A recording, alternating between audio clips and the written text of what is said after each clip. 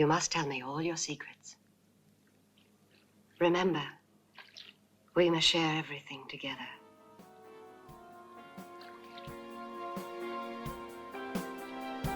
Everything.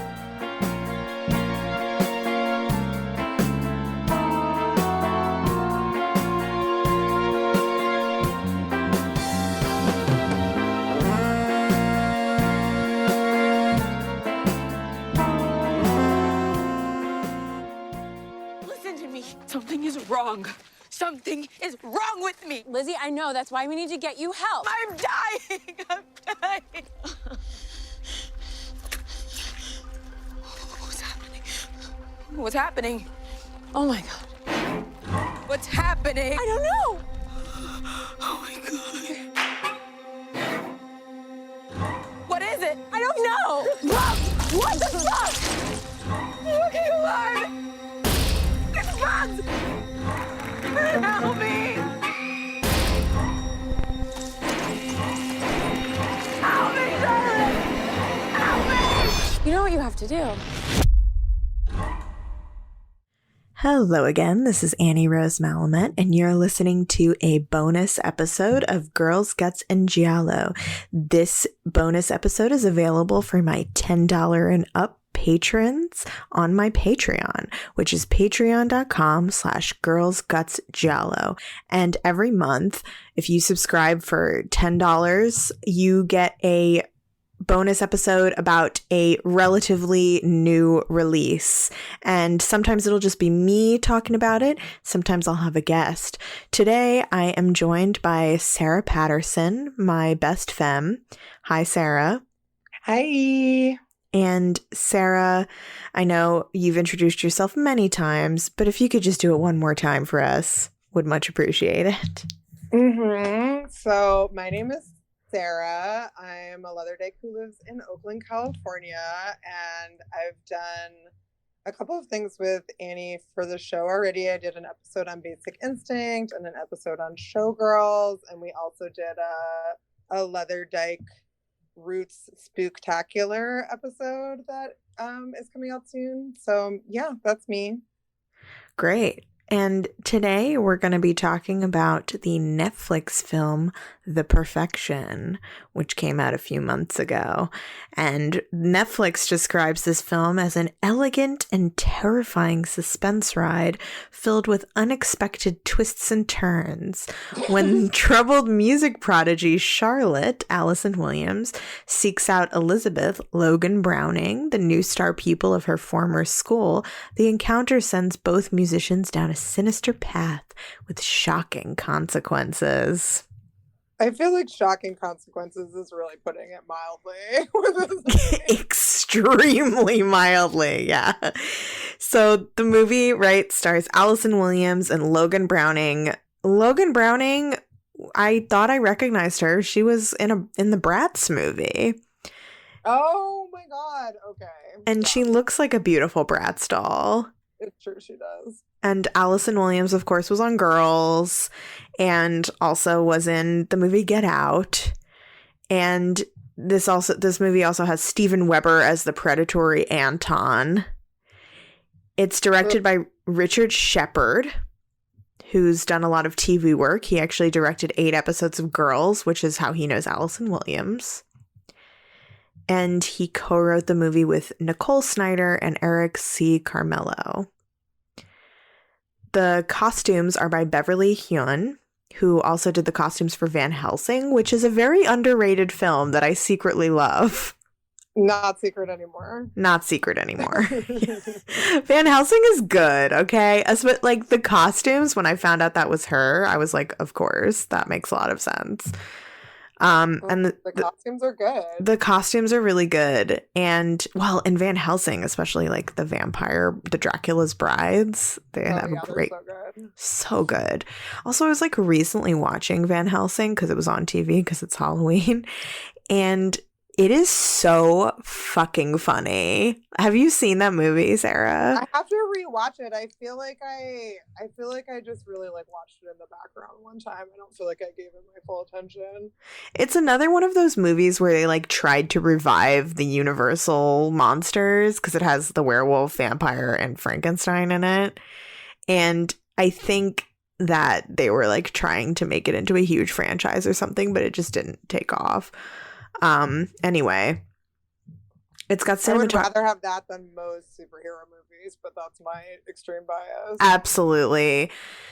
I hesitate to really say my full opinion on this podcast, but I'm not a fan of superhero movies. It's completely fine if you are. It's just not for me. I just don't care. I at just all. don't care. And like, they're the cops of movies to me. Ah, oh my god! Like, actually, somebody, okay, fucking Remy Duran from Are You the One said this on Twitter, and I was like, wow, that is absolutely why I don't like them. I agree with my chaotic Gemini doppelganger. I agree. Yeah, exactly. The cinematography is by Vanja Cernjul, who also did Crazy Rich Asians and The Deuce. And yeah, I mean, when I watched this movie a couple months ago, I just fucking loved it. Like, I love this movie. I think it's so good. It's so good. I mean, it's so good, and it's also so hard.